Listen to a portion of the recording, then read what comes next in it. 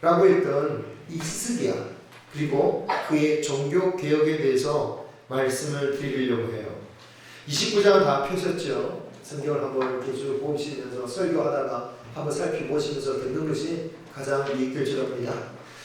히스기야가 종교 개혁을 해야만 했던 이유가 있다면 그의 아버지 아하스가 유다의 신앙과 성전을 완전히 망가뜨렸기 때문이었죠. 성전문을 닫아버렸습니다. 성전에 있는 기구들을 다 부숴버렸어요. 섬기는 제단을 우상을 섬기는 제단으로 다 바꿔버렸습니다. 그래서 25세기의 왕이 된 이 히스기야가 가장 먼저 한 일은 닫혀졌던 그 성전의 문을 여는 것이었고, 그리고 그 성전 안에 있는 우상들을 제거해서 정결케 하는 일이었습니다. 그리고 다시 하나님께 예배드리도록 모든 성전을 수리하는 것이었죠. 이런 히스기야를 2절에 보면 그의 조상 다윗의 모든 행실과 같이 여호와 보시기에 정직히 했다라고 평가하고 있습니다. 다윗의 기준에서 평가했다라는 것은 이 히스기야가 다윗을 본으로 삼았다라는 이야기겠죠. 사실 다윗은 모든 유다 왕들이 따라야 할 모범적인 답안이었습니다. 하지만 이 다윗 왕을 따르는 대신 오히려 이스라엘 왕이나 더 나아가 아람 왕을 따라가는 왕들이 있었습니다. 특히 히스기야의 아버지 아하스가 그 누구보다도 열심이었죠. 그런데 아하스는 왜 굳이 그 이스라엘과 아람이 섬기는 우상신을 섬겨야 했는지 그 이유를 직접 밝혔어요. 그 신들은 자신들을 따르는 자들을 잘되게 했으니까 그 우상을 따르는 사람들 보니까 다 잘됐더라. 그 신은 자신을 따르는 그 사람들을 잘되게 해주는구나. 그렇다면 우리도 그 신을 따라 살면 우리도 잘될 거야 라고 생각하고 믿었다라는 것입니다. 여러분, 이런 아하스의 심리는 지금 우리가 살아가는 우리의 심리와 별반 다르지 않습니다. 그 사람이 어떤 가치관, 어떤 모습으로 사는지는 중요한 게 아니라 부자가 되었구나, 그래 저 부자처럼 하자. 부자가 가지고 있는 가치관과 부자가 가지고 있는 습관과 부자가 있는 것들을 따라하자 라고 하며 책이 나오기도 하고 각종 매체에서 성공 신화들을 보여주고 있죠. 과연 우리는 누구를 따르며 누구를 본으로 삼으며 살아가야겠습니까? 믿음과 상관없이 이 세상에 잘 나가는 사람이 우리 인생의 본이 되겠습니까? 아니면 이 세상의 삶과 상관없이 오직 믿음으로 살다간 그런 선진들이 우리의 본이 되겠습니까? 물론 우리 어르신들이 내가 이제 살면 얼마나 산다고 다른 사람 따라가면서 살아야 되냐 라고 생각할 수 있지만, 여러분, 우리는 신앙에 있어서 모두가 달려가는 선수입니다. 어르신일수록 먼저 출발하신 것이겠죠. 그러나 우리 모두는 아직 목적지에 도달하지 않았다라는 것이 사실입니다. 달리기 선수가 목적지에 도달하지 않았다면 어떻게 됩니까? 그 목적지를 향해서 계속 달리든지, 꼭 1등이 아니더라도 내 앞서 달리는 사람의 그 뒤를 쫓아서 계속해서 달려가야 되는 것입니다. 히스기야는 믿음의 길로 달려갔던 그 다윗을 쫓아갔습니다. 당장 현실 속에서 보이는 그 잘 나가는 우상 숭배자들을 부러워하지 아니하고 그들의 인생의 길을 쫓지 아니하고 하나님 앞에 정직한 길로 가는 것만이 자신과 유다가 살 길임을 알고 정치개혁, 경제개혁, 민생개혁, 그 어떤 개혁보다 먼저 종교개혁을 시행했다라는 거죠. 그가 종교개혁을 실시할 때는 3절을 보시면 그가 왕으로 즉위한 첫째 해 첫째 달이라고 말하고 있습니다.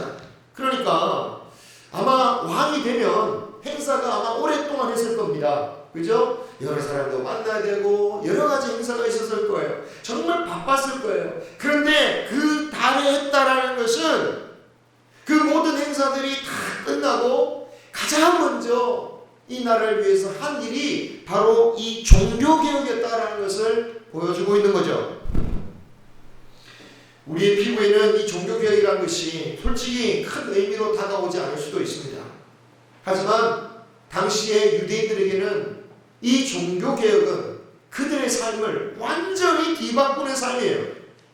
이제까지의 가치관이 하루아침에 뒤집어버리는 사건입니다. 이렇게 살아왔는데 그렇게 살면 안 됩니다. 이렇게 살아야 됩니다. 수많은 사람들이 코인을 향해 달려갔습니다. 주식을 향해 달려갔습니다. 그런데 어떤 분들은 그래 코인 그렇게 가면 안 됩니다 하도 아니야 코인이 최고야 이러면서 쫓아갔다가 결국 완전히 뒤집어졌죠. 그거보다 더 큰 변화가 종교개혁이다라는 거예요. 여러분, 이렇게 온 나라의 방향과 정체성이 하루아침에 바뀐다는 거 아무리 왕이라도 쉬운 일이 아닙니다. 교회 전통 하나 바꾸는 것만 해도 얼마나 어렵습니까? 어떤 교회 부임한 목사님은 그 피아노 위치 하나 바꾸는 것도 조심스러워서 한 주마다 10cm씩 옮기다라는 말이 있을 정도로 교회에서 뭔가 하나 바꾸려면 굉장히 어려운데 나라의 정책을 바꾼다? 쉬운 일이 아닌 거예요. 히스기야가 아직 젊어서 패기가 넘쳤기 때문만은 아니었습니다. 히스기야는 왕위에 오르기 이전 오래전부터 유다가 신앙을 회복해야 된다는 생각을 해왔던 것으로 보여요. 29장 8절 10절을 보면요, 히스기야는 유다가 원수들 앞에 짓밟히며 조롱거리가 되고 백성들이 사로잡혀는 것은 모두가 하나님을 떠나서 성전을 닫고 제사 드리기를 그쳤기 때문이라고 파악하고 있습니다. 그러니까 이제까지 그가 왕이 되기 전까지 벌어졌던 수많은 비극들을 바라보면서 우리 하나님께 돌아가며 살 수 있는데, 하나님께 돌아가며 살 수 있는데 그런 마음으로 애타했다라는 거예요. 그래서 왕이 되자마자 그 첫째 달에 바로 종교개혁을 실시한 것입니다. 히스기야의 종교개혁은 크게 두 가지라고 할 수 있습니다. 첫 번째는 성전에서 우상의 모든 그 남은 것들을 제거하는 것, 성전을 청결하게 하는 것이고, 둘째는 멈추었던 예배를 회복하는 것이었어요. 우리는 이 일들을 한번 묵상하기를 원합니다. 히스기야는 이 일들을 위하여 대제사장들과 레위인들을 성전의 동쪽 광장에 모아놓고 11절에 말합니다. 권고하죠. 게으르지 말라. 부지런히 해야 한다. 그리하면 우리가 다시 하나님의 언약 안에 바로 쓴다면 10절에 하나님께서 우리를 불쌍히 여기시고 진노를 멈추실 것이다. 오늘 본문의 말씀이 바로 이런 배경에서 주시는 말씀이라는 거죠. 여러분, 종교개혁이라는 것이 성전 안에 우상이 없고 그리고 예배를 제사를 잘 드리는 것이라면 우리에게는 히스기야와 같은 종교개혁이 이미 일어난 것이고 우리에겐 필요 없지 않는가 라고 생각할 수 있습니다. 우리 교회에 무슨 우상이 있는 것도 아니고 우리 이렇게 예배도 잘 드리고 있으니까요. 하지만 구약의 성전이 신약시대에 와서 어떻게 바뀝니까? 영적인 교회, 우리의 성도로의 개념으로 바뀌었듯이 히스기야의 종교개혁 역시 그냥 단순히 이런 건물 안의 모습, 우리의 겉의 이 모습이 아니라 좀 더 영적인 의미로 깊이 해석해야 된다는 거죠. 왜입니까? 여러분, 그 필요성을 예수님 시대 때의 유대인들의 성전을 보면 알 수 있습니다. 당시 유대인들은 우상도 철저히 배격했습니다. 하나님께 제사 드리는 일도 대단히 열심히 했습니다. 나라를 잃어버리고 다른 이민족들에게 고통을 당하는 동안 이 유대인들이 깨달은 거죠. 우리가 정말 하나님 앞에 돌아가야 돼. 정말 히스기야와 같은 종교개혁이 우리 안에 일어나야 돼 라고 하면서 하나님만 섬기고 예배를 철저히 드리는 운동이 나타난 결과 바리새인과 같은 사람들이 나타난 것입니다. 그런데 문제는 예수님이 그런 사람들을 보면서 어떻게 하셨냐 말이죠. 인정해 주셨습니까? 인정해 주시지 않았던 거예요. 왜 그렇습니까?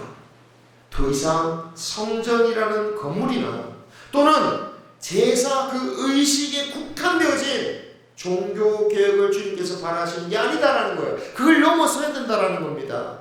유대인들은 그렇게 제사를 드리고 하나님만 섬기는 듯 하지만 성전을 나와서는 어떻게 합니까? 자신을 높입니다. 자신의 영광을 얻으려고 높은 자리로 가려고 합니다. 좋은 옷을 입어서 인사받으려고 합니다. 다른 사람이 더 가지면 질투합니다. 욕심이라는 우상 숭배에 빠져서 가난한 과부의 재산을 빼앗습니다. 그러니까 주님은 그런 그들이 어떻다? 하나님의 판결을 받을 것이다 라고 말씀하고 있죠. 심지어 그들이 제사 드리는 그 성전을 두고 우상도 하나도 없는데 제사도 열심히 드리는데 그 성전을 가리켜서 강도의 소굴이라고 말까지 말씀하셨다라는 거죠. 예수님께서 지적하셨던 그 유대인들의 모습을 어쩌면 우리도 만약에 그냥 겉으로만 보이는 것으로만 그친다면 이 예배나 또는 우리 모양 보이는 이런 우상이 없다라는 것만 만족한다면 그들과 똑같은 실수를 할 수 있다라는 거예요. 우리도 일단은 우상을 철저히 배격합니다. 심지어 교회당 안에 십자가를 설치하는 것을 금지할 정도죠. 물론 여기 십자가가 있긴 있지만 혹시라도 천주교에서 마리아에게 경배한 것처럼 기도의 대상으로 십자가를 삼진 않을까? 마치 부적처럼 십자가를 그렇게 믿는 우상적인 신앙이 있지는 않을까? 그러한 염려에서 금지하는 것이죠. 제 개인적인 마음에는 교육으로 해결할 수 있는 문제를 굳이 이 기독교의 상징인 십자가를 금지하기까지 할 필요가 있을까라는 생각도 들지만 그만큼 우리는 오직 하나님을 주인으로 삼아야 되고 하나님 외에는 우상을 섬겨서는 안 된다라는 그런 원칙을 지키자는 정신인 거죠. 그런데 문제는 그런 것에 대해서는 엄격한데 정작 정말 없애야 되는 다른 우상들에 대해서는 너무 관대하다라는 거죠. 어떤 우상입니까? 욕심들, 자기의 주장들, 하나님보다 세상을 더 사랑하는 것들, 하나님의 주신 직분보다 세상의 자리를 더 중요하게 여기는 것들, 우리 속에 하나님의 주인이 되시지 못하고 탐욕에 이끌리고 이심에 이끌리고 그것들이 주인 행세를 하면서 교회까지 주관하고 그리스도의 몸된 교회와 하나님 나라의 교회를 업신여기는 것, 이런 모습들은 오히려 대해서 깨닫지 못하는 거죠. 어쩌면 관대한 이유가 있을 겁니다. 왜? 시도 때도 없이 나타나니까. 우리 없애려고 해도 이렇게 설교해도 만약에 총회를 오늘 한다 싶으면 이런 설교를 아무리 해도 바로 나는 내가 하면 교회 안 나온다고 막 싸우고 난리 나는 게 우리의 현실이니까 관대해지는 거죠. 아이 뭐 그렇지 나도 그래. 그런데 여러분 그렇습니다. 저도 마찬가지고요. 노예 가도 목사님들끼리 모여도 그래요. 신학생들끼리 모여도 인간적인 본능과 욕심과 탐욕에 찌들어 있는 모습을 볼 수 있습니다. 그렇게 평생 동안 교회를 위해서 헌신했던 목사님들이 우리에게 실망감을 줄 때도 있잖아요. 분명히 우리에게는 그런 본능이 남아 있습니다. 그런데 여러분 그런 본능이 남아 있기 때문에 우리에게 무엇이 필요합니까? 히스기야의 종교개혁이 날마다 죽을 때까지 일어나야 된다는 거예요. 날마다 주님만 우리 교회 안에, 내 안에, 우리 성도들 안에, 성전 안에 모셔서 주님이 주인 되셔서 그 주인 되신 주님께서 말씀하시는 것에 대해서 주인님 알겠습니다, 아멘, 순종하겠습니다 라고 하면서 나아가는 것이 우리에게 날마다 일어나야 할 믿음의 개혁들, 종교의 개혁인 것입니다. 바라기는 이러한 개혁들이 날마다 우리 예배 가운데, 우리 모임 가운데 일어나기를 소망합니다. 소망합니다.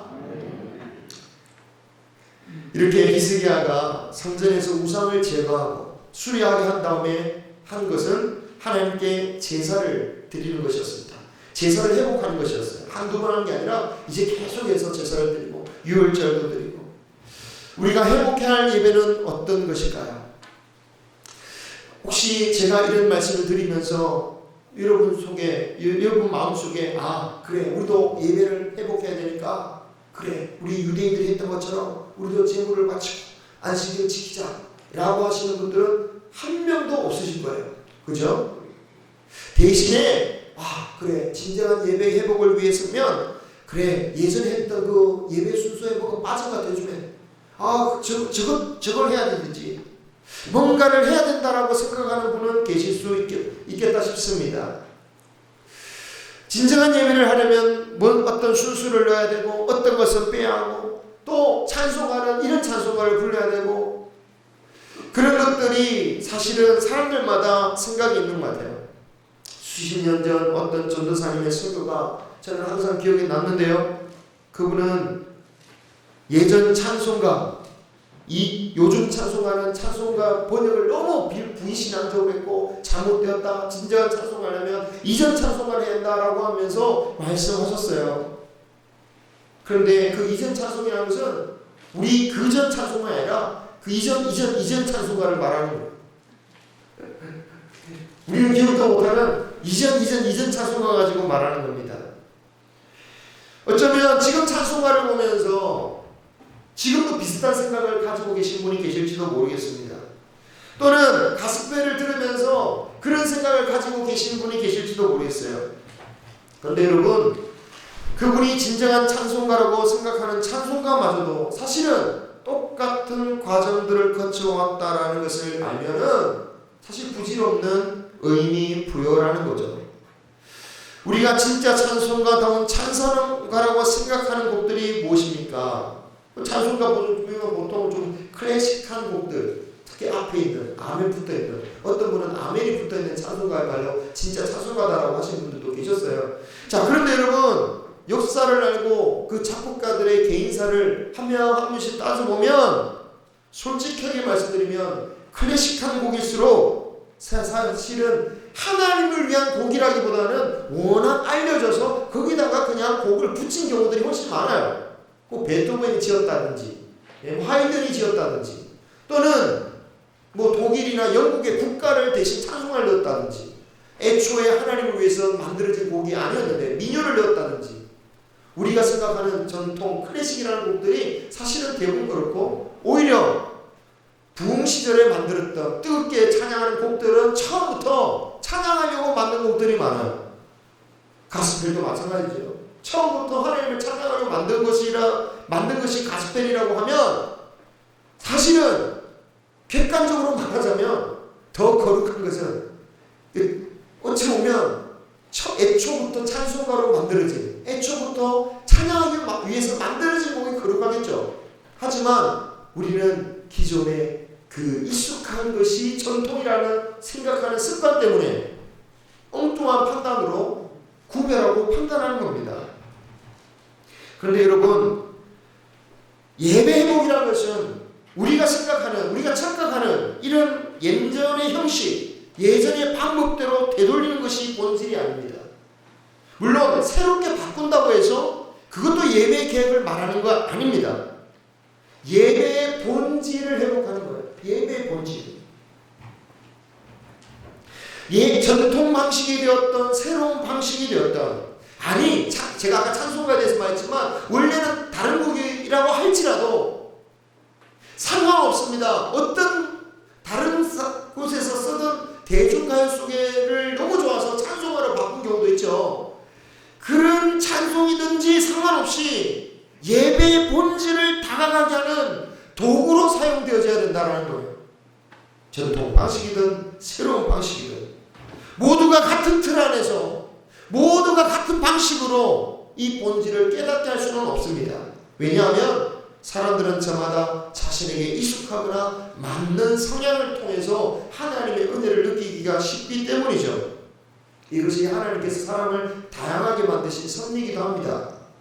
그래서 어떤 얘기는 극도로 엄숙하고 조용하고 아주 무거운 예배, 밝기보다는 조명도 아주 좀 캄캄하게 해서 그런 예배를 통하여서 보다 은혜를 많이 깨닫는 것 같고 이것이 예배의 본질 같은 느낌을 받는 경우가 있다고 한다면 어떤 이들에게는 열정적으로 찬양하고 정말 뜨겁게 박수치고 그래야지 하나님 앞에 예배의 본질, 예배를 회복하는 것 같은 그런 느낌을 받을 수가 있어요. 가장 보수적인 장로교회와 또 가장 열정적인 오순절 순복음교단 계열이 그 대표적인 예들이라고 할 수 있겠죠. 그래서 예전에는 이 두 모습 가지고 무엇이 더 맞느냐 열띤 논쟁도 많았지만 지금은 그런 논쟁을 하는 경우가 많지는 않은 것 같습니다. 왜냐? 그것이 둘 다 본질이 아니라 본질로 다가가게 하는 틀이라는 것을 어느 정도 알기 때문이죠. 그러나 그럼에도 불구하고 앞으로도 이런 비슷한 논쟁은 계속해서 벌어질 겁니다. 우리에게 전혀 익숙하지 않은 형식의 예배들이 얼마든지 이미 나타나고 있고요. 또 앞으로도 나타날 것이기 때문이에요. 우리가 어떤 방식으로 예배를 드려야 진정한 예배다라고 하기보다는 예배의 본질을 잃지 않고 찾는 게 중요합니다. 그리하면 예배의 틀에도 구애받지 않을 수 있어요. 그렇다면 예배의 본질이 뭡니까?